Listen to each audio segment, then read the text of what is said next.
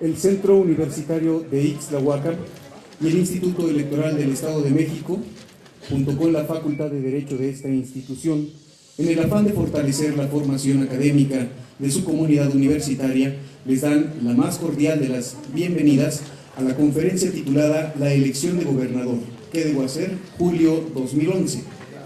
Como parte de este auditorio, enaltezco la compañía de coordinadores, catedráticos y de los jóvenes estudiantes de la licenciatura en Derecho, a quienes pido dar la más cordial bienvenida al maestro en Derecho, Abel Aguilar Sánchez, ponente en esta ocasión. Bienvenido, maestro.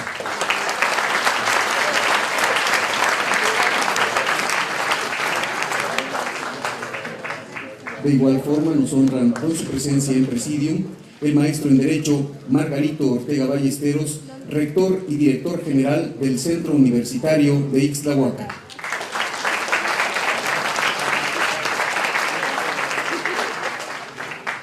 Recibimos con gran placer a la maestra en Docencia y Administración de la Educación Superior, María Concepción Molina Alcántara, directora de la Facultad de Derecho.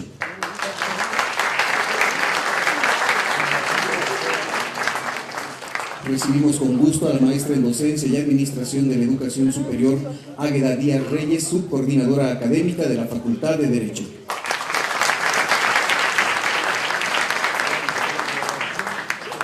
Antes de dar inicio y entrar con materia, permítanme leer parte de la currícula de nuestro invitado en esta ocasión.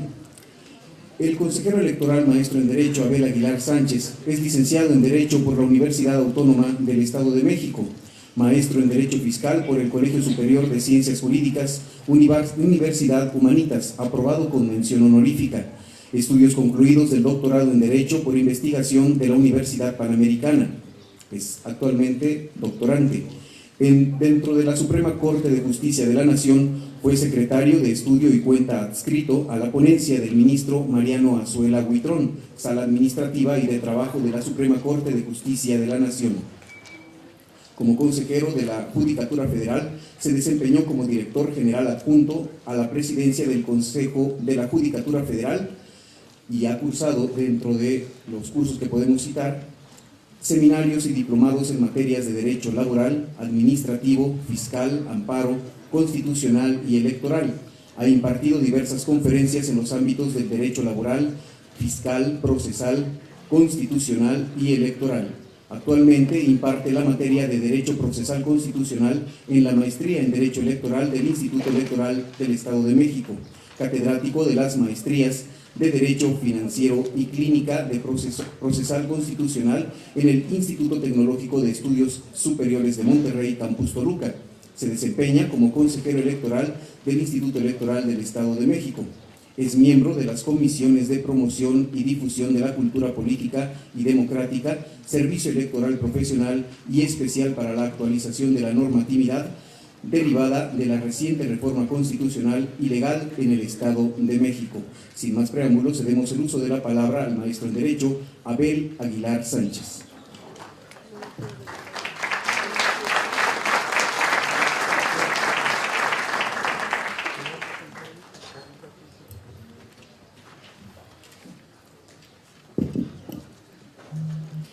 Muy buenos días, tengan todos ustedes. En primer lugar, quisiera agradecer pues la hospitalidad, ¿verdad?, y la apertura de estas instalaciones, pues al maestro Margarito Ortega Ballesteros, rector de este centro universitario de Ixtlahuaca, por supuesto también pues la asistencia, la participación, las facilidades que nos fueron brindadas por parte de la licenciada María Concepción Molina Alcántara, coordinadora de Derecho, y también de la maestra Águeda Díaz Reyes, subdirectora académica. También quiero, pues, verdaderamente agradecer la presencia, la participación de todos ustedes, jóvenes universitarios. Verlos en este auditorio, pues verdaderamente es estimulante. Y quiero decirles esto porque hace rato incluso lo platicaba con el señor rector. Lo que nos indican los estudios demoscópicos, estos estudios que se sustentan en sondeos de opinión, es que desafortunadamente nuestra juventud está poco interesada en los temas sociales y en los temas políticos. Entonces, verlos presentes en este auditorio, bueno, yo creo que no solamente por la carrera que están cursando, sino también verlos presentes en este auditorio, pues a mí me alienta, porque de alguna manera refleja ese interés que tienen en conocer un poquito más sobre estos temas tan importantes que es los procesos electorales para elegir a nuestros gobernantes. También, por supuesto, quiero agradecer pues la presencia, la participación con todos nosotros de la Junta Distrital, ¿verdad? Que ahorita lo vamos a platicar, de este órgano desconcentrado, de estos órganos desconcentrados que tenemos alrededor de los 45 distritos electorales que conforman nuestra entidad federativa. Agradecer pues la presencia de Griselda Suárez Enríquez, ¿verdad?, nuestra vocal ejecutivo en esta localidad, la presencia de Gabriela Pedraza Pérez, la presencia de Samuel Valderas Almazán, y tengo entendido que también nos acompañan algunos consejeros electorales distritales. Bien, quiero empezar esta plática con una pregunta que quisiera que un hombre, un joven universitario y también una mujer nos compartieran a todos los presentes sus respuestas. Y la pregunta es la siguiente. Quiero preguntarte, ¿te interesa tu futuro? Lo vuelvo a repetir, ¿te interesa tu futuro? Y en el caso de que la respuesta sea afirmativa, ¿qué estás haciendo para tener éxito en la vida? Entonces quisiera algún voluntario, algún hombre con toda confianza, ¿verdad? Porque bueno, estamos en un auditorio en el que queremos, yo creo que todos, aprender. Sí quisiera que un hombre o una mujer, quien lo decida primero, nos pudiera compartir sus respuestas a estas preguntas. Quisiera ver por ahí alguna mano levantada, a ver quién es el valiente, ¿verdad? No digo, si son, todos ustedes son estudiantes de la carrera de Derecho, y uno de los atributos que debemos de tener, ¿verdad?, los que nos dedicamos a esta profesión, es que no nos debe de dar miedo, ¿verdad?, hablar en público. Bueno, a todos nos da miedo, pero se va quitando poquito a poquito, ¿verdad? Pero sí es una característica importantísima el tener esta posibilidad de hablar en público. Entonces quisiera ver ahí una mano levantada, alguien que nos quiera compartir, insisto, sus respuestas a esta pregunta. Sí, adelante. No sé si hay un micrófono, y si no, por favor, ahí con voz fuerte, si nos puedes compartir las respuestas, que las vuelvo a comentar, es: ¿te interesa tu futuro? Y en segundo lugar, ¿qué estás haciendo para tener éxito en la vida? Adelante, si nos dices fuerte tu nombre y nos compartes tus respuestas. Bueno, mi nombre es Laurencio Cuarto, estoy en la licenciatura en Derecho en 6º semestre, y pues la verdad a mí sí me interesa mi futuro. Por lo tanto, estoy estudiando una carrera que a mi punto de vista es indispensable a nivel lo que es un nivel social. Dentro de nuestro país creo que la política tiene un punto muy importante, ¿no? Muy importante sería decir significativamente. ¿Por qué? Porque nosotros sabemos que es la rienda del país, nuestra propia forma de vivir. En este caso, pues yo hago lo posible por salir adelante, siempre y cuando pues también con algún apoyo de nuestras autoridades, que en este caso es el Centro Universitario de Ixtlahuaca, ¿no? Ya que nos brinda esa oportunidad de poder sobresalir, ¿no? Y pues otro punto de vista también sería que pues siempre hay que tratar de ser mejores y ser competitivos, no simplemente en un aspecto colectivo, sino se va a ver siempre lo mejor sobre nuestro país, siempre y cuando nosotros como personas seamos los que lo empujemos, ¿no? Y ya así se ve un mejor resultado en la colectividad. Perfecto. Muy bien, pues vamos a brindarle un fuerte aplauso a nuestro compañero, ¿verdad?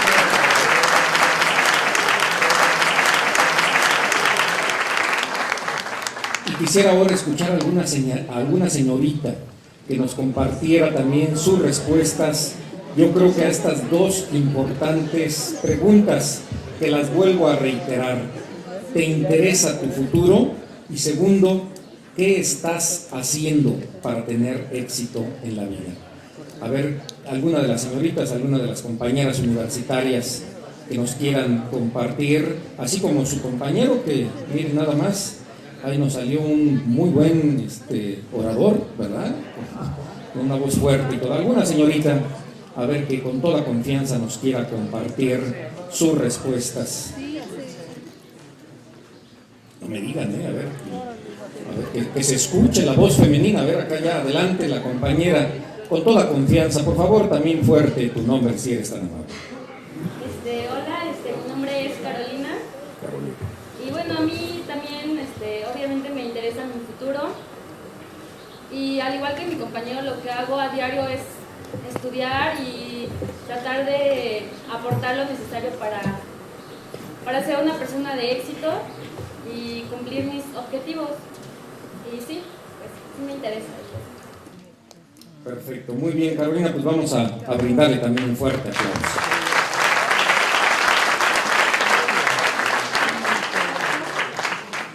Bueno, quise comenzar con estas preguntas porque creo que son preguntas muy importantes para enmarcar esta conferencia. Muchas veces los universitarios y los jóvenes en general, yo creo que están verdaderamente preocupados por su futuro, pero se centran solamente en su preparación personal y ven muy lejano, muy distante, o lo ven, no sé, con no muy buenos ojos, lo relativo a participar en la política y de alguna manera para elegir a sus gobernantes. Y les pregunté que si les interesaba su futuro, porque creo que es muy importante que tengamos conciencia que elegir a nuestros gobernantes definitivamente incide en nuestro futuro. De nuestros gobernantes dependen las políticas públicas en todos los ámbitos en los que nos desenvolvemos. Depende el entorno político, el entorno económico, el entorno social. Entonces, si verdaderamente nos interesa nuestro futuro, estos temas de veras deben de ser temas en los cuales participemos y en los cuales nos involucremos. Quiero decirles también, para ejemplificar este asunto, que es tan importante que, por ejemplo, mi generación, que yo creo que es la generación de los papás de ustedes, vivimos una situación en el entorno económico complicada. En aquellas décadas de los 70s, 80s, 90s, teníamos un entorno macroeconómico verdaderamente complicado. Yo creo que tratar de constituir algo de patrimonio, ¿verdad? Comprar una casita, no sé, adquirir un vehículo, hacer algo de patrimonio, verdaderamente se ponía muy complicado por los altos niveles de inflación. Y para evidenciarlo, el peso mexicano pasó de 12.50 a 3,000 pesos en esta paridad peso-dólar. Y quiero señalarlo porque precisamente este entorno económico de alguna manera es responsabilidad de nuestros gobernantes. Si no se tienen políticas económicas adecuadas, certeras, bueno, se generan fenómenos de esta naturaleza que verdaderamente complican mucho este ámbito. Entonces, sí es muy importante que nos preocupemos en orden a nuestro futuro por la elección de nuestros gobernantes. No sé quién me vaya a ayudar con las filminas, para que me hagan favor. Hago esta indicación para no pedir la siguiente, y si me pasan la siguiente, por favor, ¿verdad? Pues vamos a la siguiente. Bien, lo primero que quiero destacar en esta plática es que vivimos en una democracia representativa. La democracia, bueno, es el régimen de gobierno pues más difundido, ¿verdad?, en el mundo actual. Recordemos, ya Aristóteles nos los decía, hay diferentes regímenes de gobierno, ¿verdad? La monarquía, la aristocracia, la democracia. Bueno, el sistema de gobierno contemporáneo, pues es esta democracia, este gobierno del pueblo, para el pueblo y del pueblo, ¿verdad? Y es una democracia representativa. Esto significa que, bueno, tenemos representantes en las cámaras de diputados, en el Congreso de la Unión, que de alguna manera, bueno, deben de representar nuestros intereses, ¿verdad?, en estos órganos.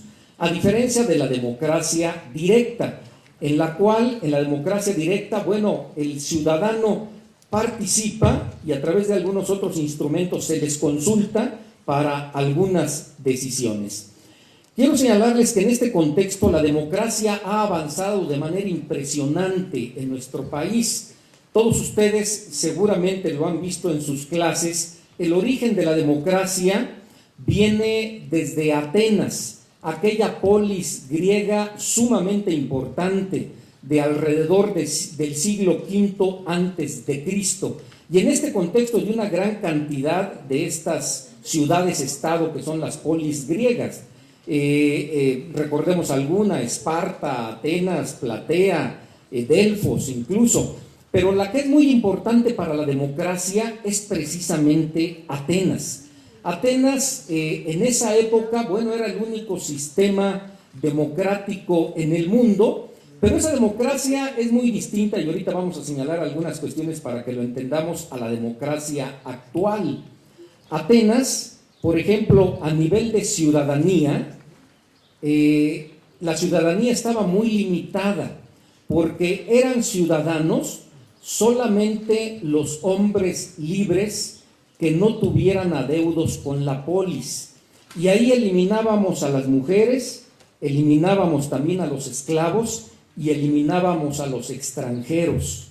De tal suerte que, bueno, estos extranjeros eran, sí, ciudadanos, o más bien eran griegos de otras polis, ¿verdad?, pero que venían a vivir a Atenas, y por esa circunstancia, bueno, eran extranjeros y no tenían esta facultad precisamente para poder participar en los asuntos sociales y políticos de esta polis. De tal suerte que, según algunas investigaciones, se calcula que Atenas estaba prácticamente habitada por alrededor de 350,000 personas, y de estos solamente un 12% tenían este carácter de ciudadanos, aproximadamente 40,000 personas. Si lo comparamos con los datos actuales, bueno, yéndonos solamente a este distrito, según los datos que tengo, bueno, el distrito 15 tiene alrededor de 230,000 habitantes, ¿verdad?, entre los municipios de Ixtlahuaca, Jocotitlán y Morelos.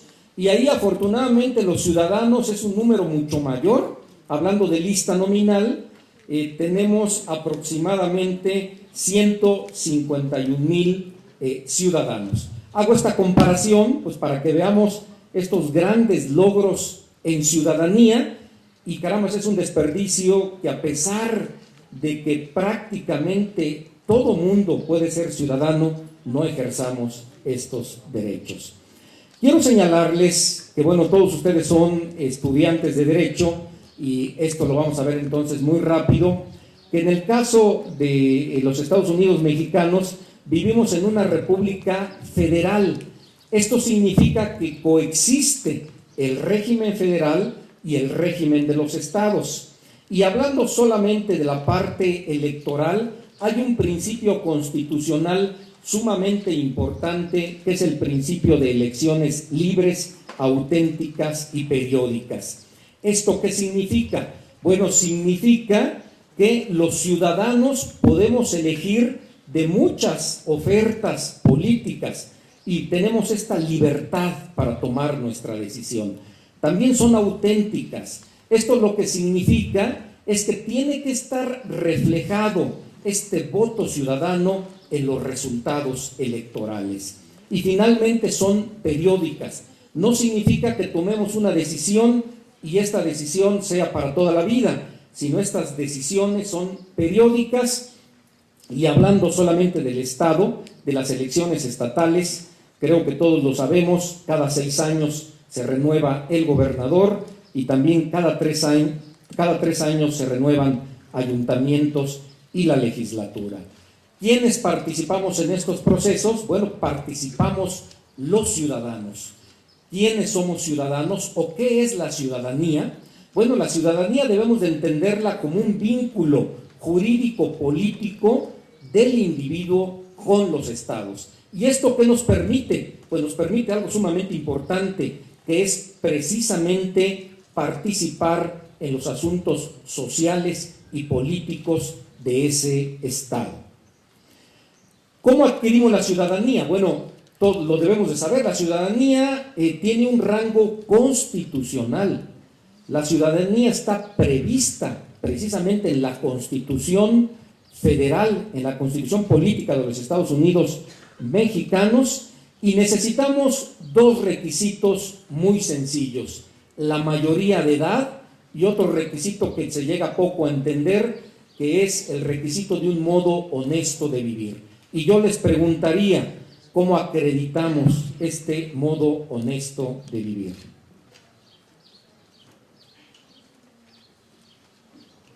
¿Alguien que me responda a la pregunta, ¿cómo lo acreditamos?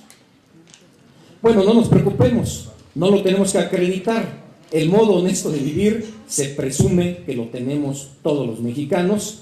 Más bien habría que desvirtuar este requisito para señalar que alguien no cumple con el mismo. Y los ciudadanos estamos también, o tenemos ya en el ejercicio del derecho político electoral del voto, estamos también regulados por otro principio constitucional sumamente importante, que es el principio del sufragio universal, libre, secreto y directo. ¿Esto qué significa? Que el voto vale lo mismo independientemente de la persona de que se trate. Así que el voto de Carlos Slim, ¿verdad?, el hombre más rico de México y del mundo, perdón, vale lo mismo que el voto de Abel Aguilar. Vale lo mismo el voto del rico que el voto del pobre. Vale lo mismo el voto del universitario que el voto del analfabeta, siempre y cuando, bueno, se tengan estos requisitos.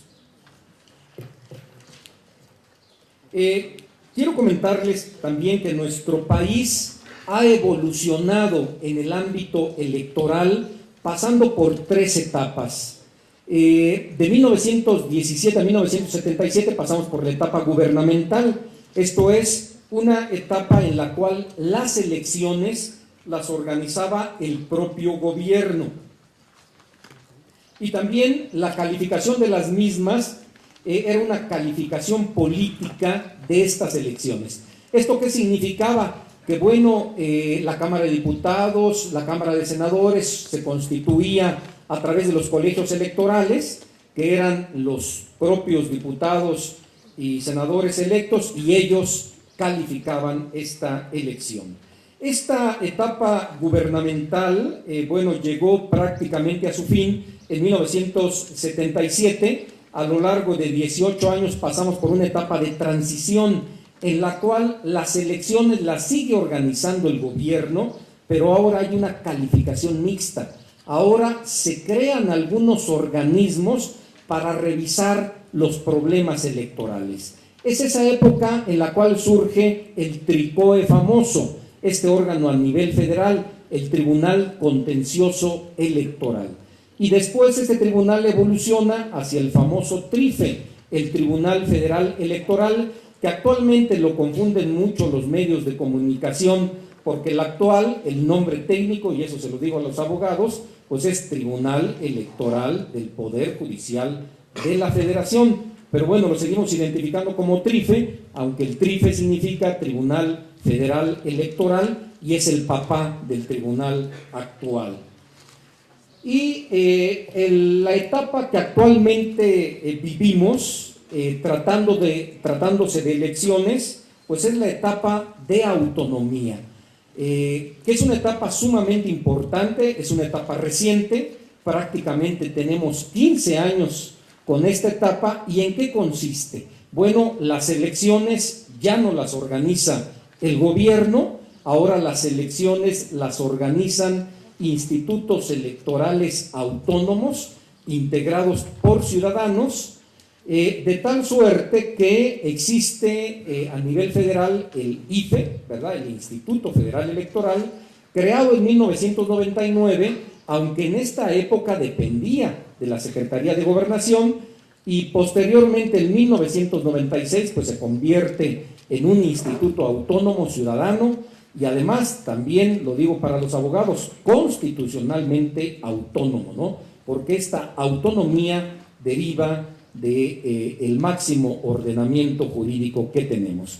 Y en el caso de los estados igualmente se crean los institutos estatales electorales, que es precisamente el caso del IEM, del Instituto Electoral del Estado de México, creado en 1996. Esta etapa de autonomía también se caracteriza ahora por esta heterocalificación o calificación jurídica de las elecciones. Y aquí los abogados nos debemos de sentir muy orgullosos, porque de alguna manera logramos, todos los involucrados en estas cuestiones lograron que la política se sometiera al derecho, ¿verdad? De alguna manera que esta parte electoral ahora fuera revisada por el derecho y a través de los tribunales electorales se manejaran los conflictos electorales.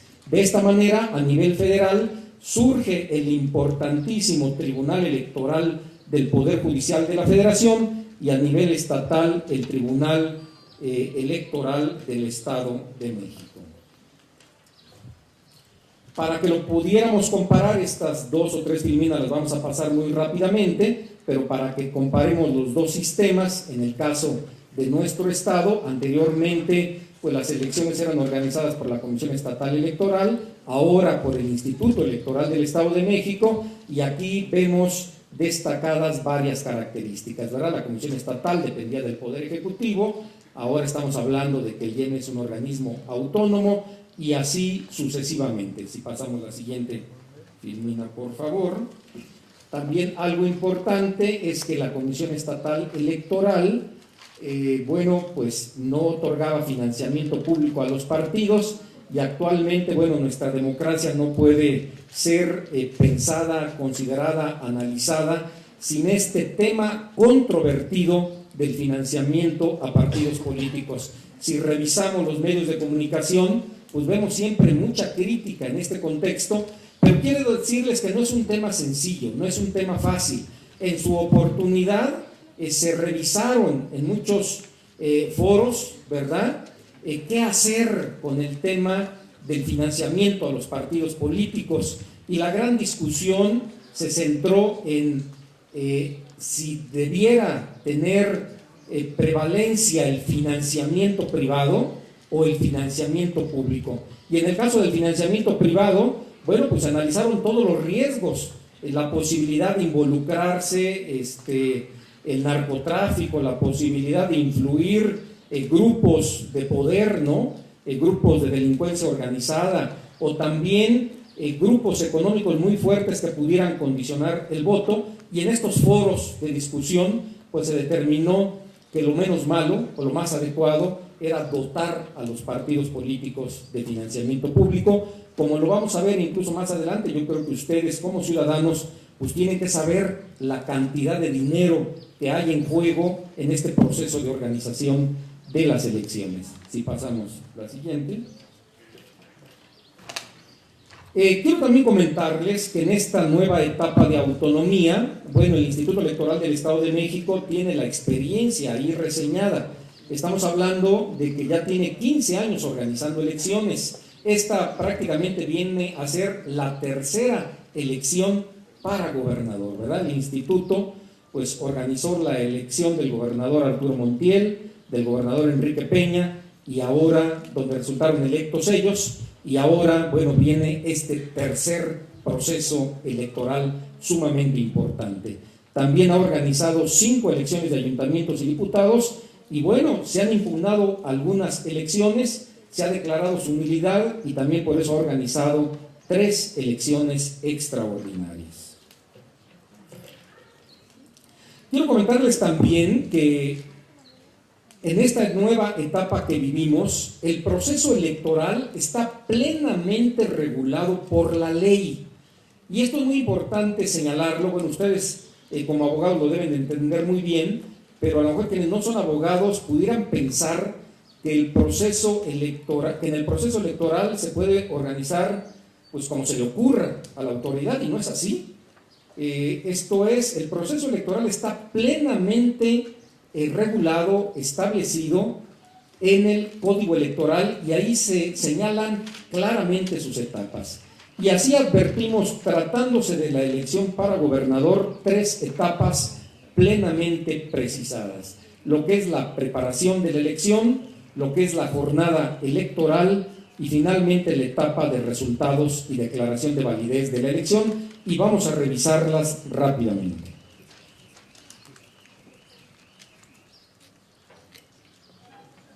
Nuestro Código Electoral nos indica que la etapa de preparación de la elección empieza, o el proceso electoral empieza el día 2 de enero del año de la elección de que se trate. Quiero decirles que, siendo consecuentes con esa disposición, el Instituto Electoral el día domingo, porque aquí cayó en domingo y pues ni modo, así lo establece la ley, hay que sesionar, entonces ese día sesionó el Instituto Electoral precisamente para declarar formalmente iniciado el proceso electoral para elegir a nuestro gobernador. Previamente, hay que señalar, tiene que emitirse una convocatoria por parte de la Cámara de Diputados, como puntualmente se cumplió. Y en esta etapa de preparación de la elección hay una actividad sumamente importante que viene ahí destacada en la filmina, que es precisamente la integración de los órganos desconcentrados. Estos órganos desconcentrados, ¿qué son? Bueno, son los órganos ejecutivos y son los órganos directivos que van a estar difuminados, o que van a estar distribuidos en los 45 distritos electorales que abarca toda la entidad, toda nuestra entidad federativa, para precisamente organizar la elección. Los órganos ejecutivos, bueno, son las juntas distritales, que están integradas por 3 vocales: el vocal ejecutivo, el vocal de organización y el vocal de capacitación. Y también viene la estructura directiva, que está conformada por los consejos electorales distritales, que está integrada por un consejero presidente, que es el vocal ejecutivo. El vocal ejecutivo desempeña estas funciones, y están también integrados por 6 consejeros propietarios con sus respectivos suplentes. Quiero decirles que en este contexto el Instituto Electoral convocó a los ciudadanos interesados en desempeñar estas funciones, y tuvimos una participación pues verdaderamente muy numerosa. Participaron para ambos procesos más de 6,000 interesados, y se los decíamos a los compañeros vocales distritales que verdaderamente deben de sentirse muy orgullosos de haber sido designados como tales, porque bueno, pasaron a través de un proceso de selección verdaderamente muy rigurosos, que de alguna manera garantiza su preparación. Entonces, en esta etapa de preparación de la elección, insisto, se integran los órganos desconcentrados y se instalan, como efectivamente aconteció en el mes de febrero. Y diríamos, estas actividades que acabo de reseñar, de alguna manera se enmarcan dentro de la organización de la elección. ¿Qué van a hacer estos órganos desconcentrados? Bueno, una actividad sumamente importante, que va a ser identificar, notificar a los más de 2 millones de personas insaculadas, ¿verdad?, en todo el territorio del estado, para notificarlas y capacitarlas para poder desempeñarse como funcionarios de mesas directivas de casilla. Y quiero comentarles que también dentro de la etapa de preparación de la elección hay una etapa que tiene que ver precisamente con los actores políticos, con los jugadores. El Instituto Electoral es el árbitro, ¿verdad? Es la autoridad que precisamente debe de dirigir este juego, pero no es el jugador, ¿verdad? Los jugadores son los partidos políticos. Entonces, dentro de esta etapa de preparación de la elección, los jugadores, ¿verdad? Los partidos políticos están sujetos a tiempos. Y estos tiempos son los siguientes. Está la etapa de precampañas, que precisamente ahorita estamos inmersos en ellas. ¿Qué nos dice el Código Electoral? Bueno, el Código Electoral establece del día 17 de marzo al 6 de abril la época en la cual pueden desarrollarse estas precampañas. Pero ustedes seguramente lo recordarán, hubo una reforma electoral en nuestro estado y la etapa de precampaña se limitó a 10 días. Entonces, estos 10 días tienen que estar dentro de este periodo ahí señalado. ¿Y qué es lo que hacen los actores o los partidos políticos en esta etapa? Bueno, van a definir a su candidato. Entonces, aquí no se trata todavía de que votemos por quién va a ser el gobernante de nuestro estado, sino simple y sencillamente se trata de la contienda interna de los partidos políticos para que definan a su candidato. Estos 10 días de los que les llamo, pues prácticamente se pusieron de acuerdo los partidos políticos y empezaron el día 27 de marzo y debe de concluir el día 6 de abril. Insisto, la ley establece estrictamente estos periodos y en el caso de que no se respeten, bueno, hay sanciones que el propio Código Electoral establece. Después de esta etapa viene, como lo señala la Filmina, la solicitud de registro de coaliciones, que precisamente en medios de comunicación ha estado toda esta discusión, ¿verdad?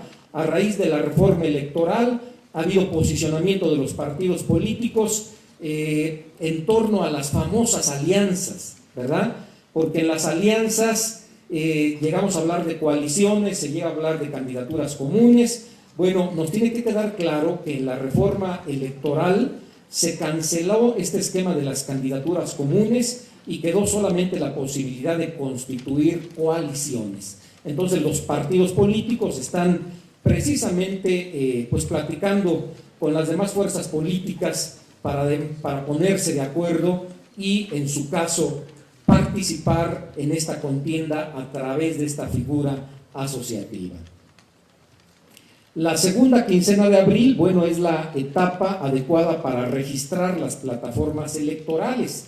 Y estas plataformas electorales pues son sumamente importantes, porque de alguna manera, bueno, ahí los partidos políticos o las coaliciones van a establecer, ¿verdad?, las líneas generales que en el caso de llegar al poder van a ofrecerle a la ciudadanía.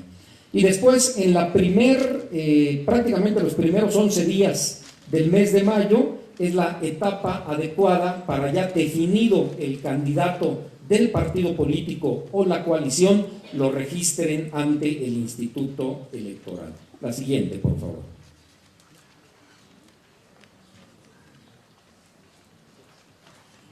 Otra etapa sumamente importante es la etapa de las campañas electorales.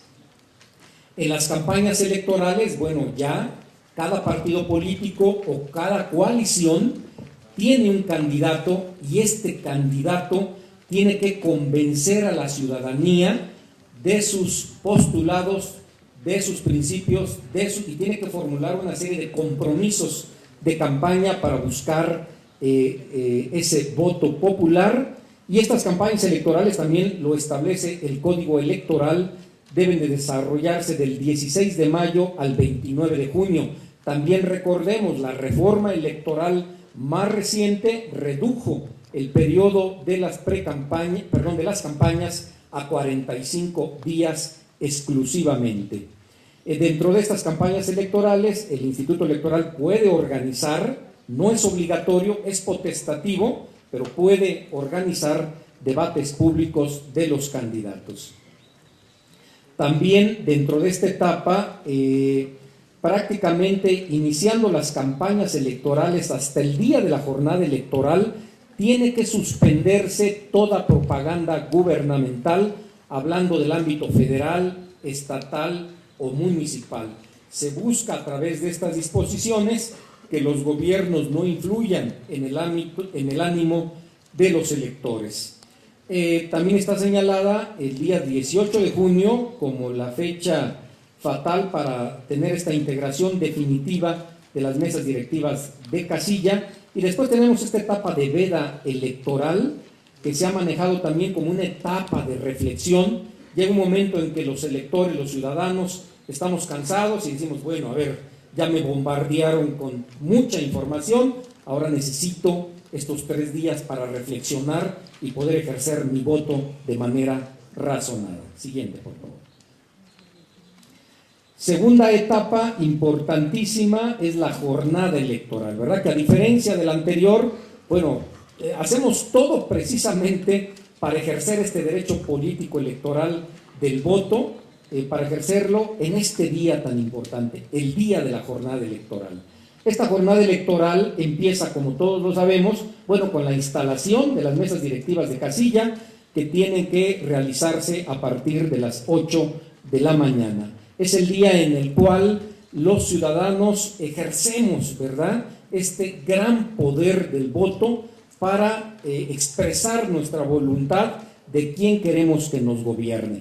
También es un día en el cual, si los partidos políticos detectan irregularidades, puedan presentar sus escritos de protesta para que las autoridades competentes los puedan revisar, y finalmente la jornada electoral termina con el cierre de mesas directivas de casilla a las 6 de la tarde, aunque bueno, el propio Código Electoral establece excepciones, ¿verdad? Pero digamos, la regla general es este cierre a las 6 de la tarde. Pasamos a la siguiente, y la tercera etapa, que son los resultados y declaración de validez de la elección, ¿verdad? En el cual, después de la jornada electoral, sabemos el miércoles siguiente viene el cómputo distrital, diríamos oficial, por parte del Instituto Electoral, aunque bien sabemos el mero día de la jornada electoral, bueno, empieza a operar el famoso, el programa de resultados electorales preliminares, que nos da una idea muy aproximada de los resultados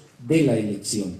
Dentro de esta etapa también está la resolución de los juicios de inconformidad. Esto es, partidos políticos que estén inconformes con los resultados pueden interponer este importante medio de impugnación local que se plantea ante el Tribunal Electoral del Estado de México para que él lo resuelva.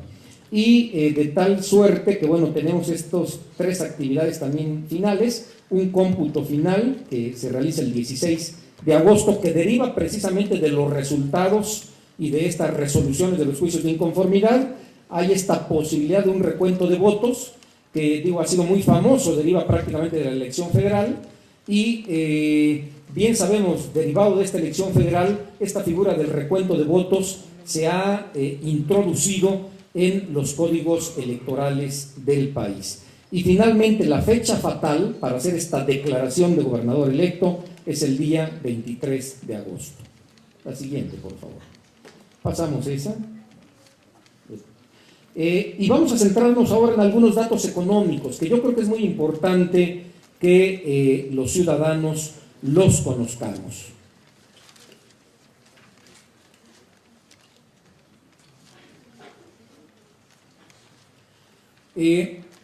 Bueno, me están pasando una tarjetita, creo que es importante señalarlo.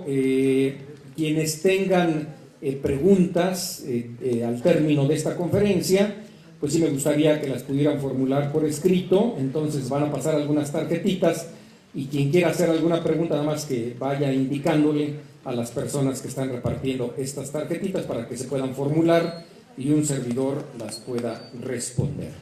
Bien, en las cifras del proceso electoral yo creo que es muy importante tener la siguiente información. El Instituto Electoral del Estado de México para este año tiene como presupuesto la cantidad de 1,665, ahí dice un poquito menos, pero ya el dato más reciente es 1,665 millones de pesos. quisiéramos tener, pues, ¿qué será? El 1%, ¿verdad? Y ya solucionamos nuestra vida. Pero bueno, el instituto tiene 1.665 millones de pesos destinados como presupuesto para este periodo electoral. Ustedes también como abogados lo deben de saber, no es una cantidad discrecional, no se le ocurrió, bueno, ahorita aclaro esto, estas cantidades, por lo que respecta a los partidos políticos, están establecidas en ley. Esto es, hay una fórmula en el Código Electoral a través de la cual se obtienen estas cantidades tratándose de partidos políticos. La cantidad que solicita el Instituto Electoral de alguna manera está sustentada en procesos electorales anteriores, que es precisamente todo lo que se requiere a nivel de recursos humanos, materiales y financieros para organizar la elección. De esta cantidad gruesa se dedica prácticamente poco menos de 700 millones para el financiamiento de los partidos políticos y el resto, alrededor de 950 millones, es la cantidad que utiliza el Instituto Electoral, insisto, para la organización de este proceso. Y también para bajar un poquito más las cantidades, a nivel del financiamiento de los partidos políticos, el PRI de esta cantidad le tocó para este año 186 millones, al PAN le tocó 150 millones aproximadamente y al PRD le tocó 116 millones.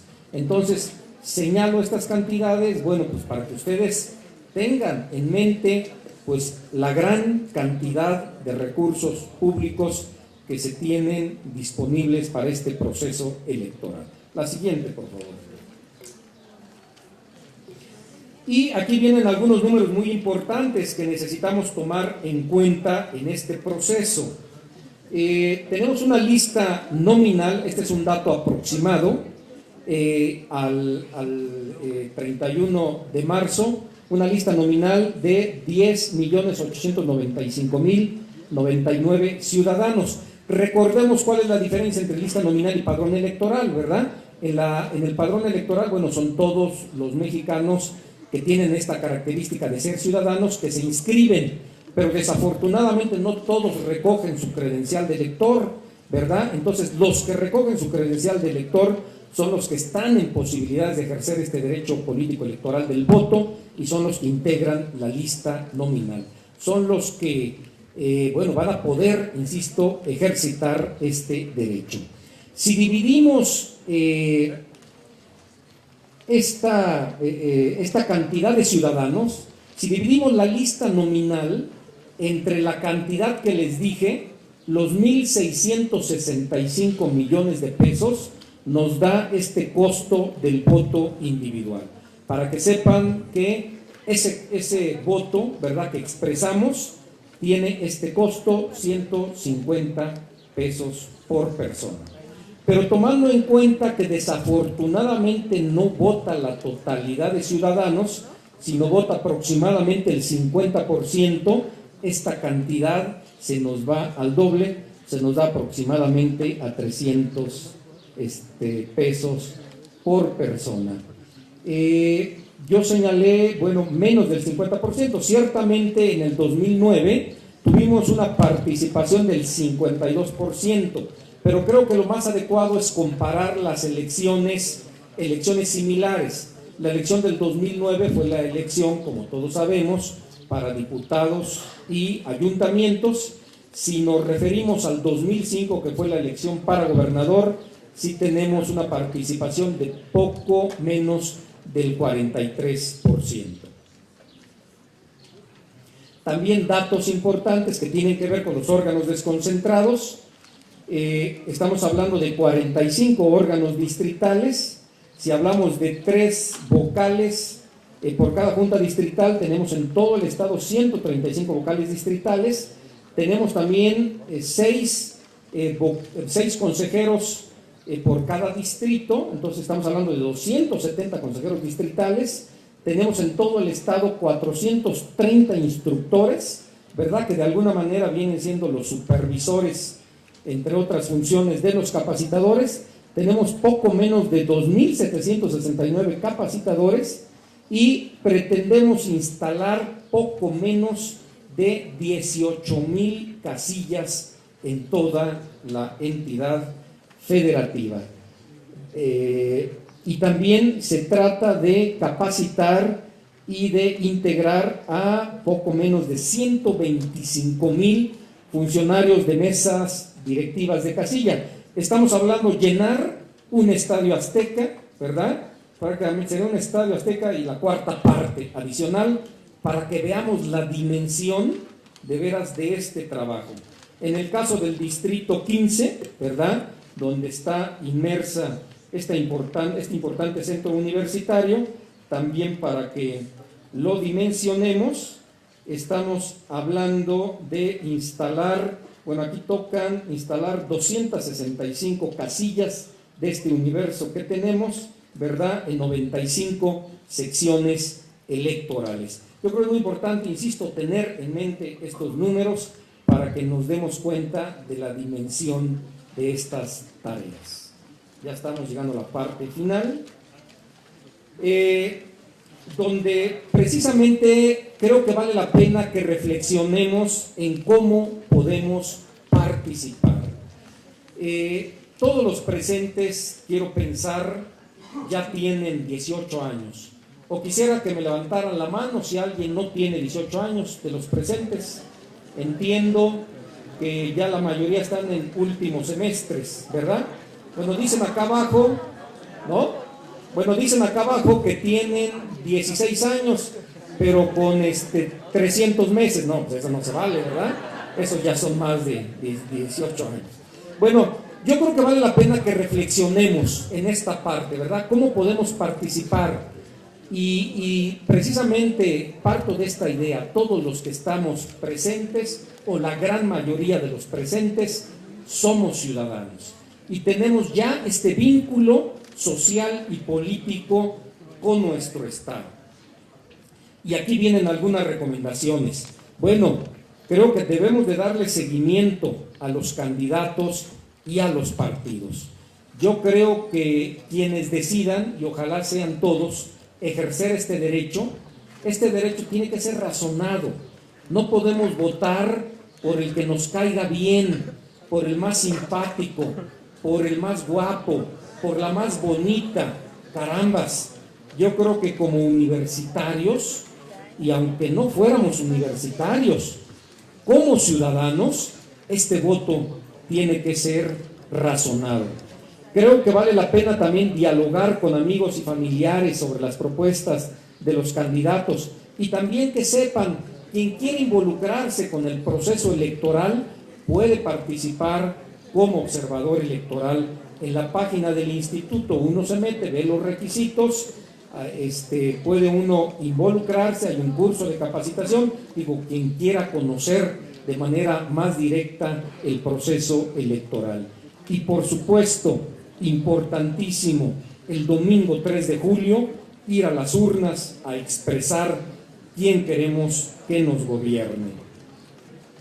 Y hacemos algunas sugerencias también antes de votar, ¿verdad? Leer, ver o escuchar noticias y artículos. Hay mucha difusión en los medios, pero bueno, también hay que ver los medios con sentido crítico, porque en ocasiones pensamos tal y como los medios quieren que pensemos. Entonces yo creo que tenemos que buscar todas las fuentes de información a nuestro alcance y de esa manera pues prácticamente tener los elementos de decisión suficientes. También creo que es importante indagar en reputación personal, profesional y política de los candidatos, contrastar las propuestas y, ¿por qué no?, criticar la viabilidad de las mismas. Los jóvenes son críticos y yo espero que no lo pierdan, ¿verdad? Que sigan siendo críticos, aunque también es importante que a esa crítica le acompañemos propuestas. Y yo preguntaría, bueno, ¿ejercemos ya este importante derecho, pero ojalá no nos quedemos ahí, ¿verdad? Ojalá cada vez tengamos más conciencia de lo que significa ser ciudadanos, y ahí planteamos algunas propuestas. Creo que vale la pena involucrarse en la solución de los problemas de nuestra comunidad, ¿verdad?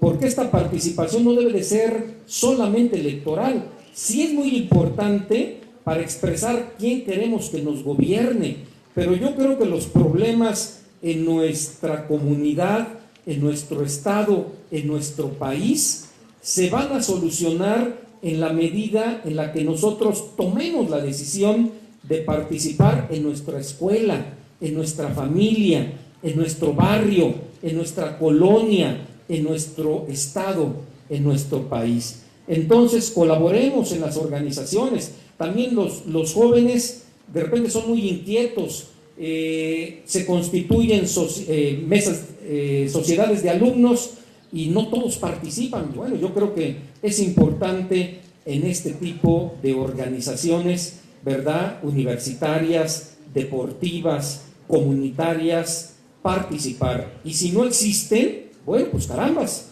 tenemos ahí una gran oportunidad para ejercer nuestro liderazgo y vale la pena constituirlas. Entonces, esta es una invitación precisamente a participar en esos asuntos comunitarios, sociales, públicos, y por qué no, si no estamos de acuerdo con lo que nos ofrecieron, posteriormente ejercer este derecho de protesta, de queja o de opinión pública. Los medios de comunicación también tienen muchos foros, ¿verdad?, donde se expresan estas inquietudes, y yo creo que ahí vale la pena participar. Y bueno, pues ustedes son expertos también en los temas de redes sociales, pues yo creo que en las redes sociales también hay que tener esta presencia y ejercer este derecho de opinar y de participar. Pasamos a la siguiente, después de esta. ¿Para qué votar? Bueno, pues para elegir al próximo gobernador. Esa es una invitación muy concreta en esta época, ¿verdad? ¿Para qué votar? Bueno, para ejercer este derecho constitucional, también para cumplir con nuestra responsabilidad, ¿verdad?, para fortalecer a la democracia como régimen de gobierno, para expresar la voluntad ciudadana. Y carambas, si hay una gran cantidad de recursos en este sentido, pues yo creo que necesitamos darle contenido, ¿verdad?, y no desperdiciar este presupuesto público. Finalmente, quiero compartirles esta reflexión. En discursos se dice mucho que la juventud es el futuro del país, pero yo creo que, por supuesto, es el futuro, pero más que eso es el presente, ¿verdad? Yo creo que los jóvenes tienen muchos valores, los jóvenes son idealistas, los jóvenes son generosos. Digo, basta verlos a los ojos para detectar todo su empuje, todos sus anhelos, todos sus ideales. Yo no creo ser exagerado en decir que basta es suficiente verlos a los ojos para advertir que ustedes quieren comerse al mundo entero. Yo creo que este empuje juvenil verdaderamente nos tiene que llevar, si estamos inconformes con la situación en la que vivimos, este empuje, estos valores juveniles nos tienen que llevar a cambiar este estado de cosas. La apatía, la no participación a nada nos conduce. Una falta de participación lo único a que nos lleva es a que otros tomen las decisiones por nosotros. Entonces creo que es muy importante y ojalá se puedan llevar este mensaje y puedan reflexionar en él, pero yo esperaría que, derivado de esta conferencia, ustedes se llevaran esta motivación para participar. ¿sí? Para participar, insisto, en todos los ámbitos en los cuales de manera natural participan, como ya lo señalé, en la familia, en la escuela, en el barrio, en la comunidad y por supuesto cuando se trate de elegir a nuestros gobernantes. No soslayo que también, si analizamos la situación, alguien lo puede ver de manera muy pesimista y decir, caramba, es que tenemos tantos problemas, es que no hay trabajo, es que hay mucha corrupción. Bueno, pues yo creo que sí hay que partir de diagnósticos, pero esos diagnósticos no nos deben de limitar, no nos deben de convertirnos en pesimistas, sino, insisto, yo voy a los valores de la juventud, al ímpetu de la juventud, a toda esa fuerza que tiene la juventud, que la veo reflejada en esta poesía que les planteamos a continuación, una poesía de Rudyard Kipling que se intitula No desistas. Yo creo que de alguna manera esta poesía tiene esa resiedumbre o nos motiva hacia esa resiedumbre para resolver los problemas. Y en esta poesía, y con esto termino, nos dice: cuando vayan mal las cosas, como a veces suelen ir, cuando ofrezca tu camino solo cuestas que subir, cuando tengas poco a ver, pero mucho que pagar, y precises sonreír, aún teniendo que llorar, cuando ya el dolor te agobie y no puedas ya sufrir, descansar acaso debes, pero nunca desistir. Tras la sombra de la duda ya plateada, ya sombría, puede bien surgir el triunfo, no el fracaso que temías, y no es doble a tu ignorancia figurarte cuán cercano puede estar el bien que anhelas y que juzgas tan lejano. Lucha pues, por más que tengas en la brega que sufrir, cuando todo está peor, más debemos insistir. Muchas gracias.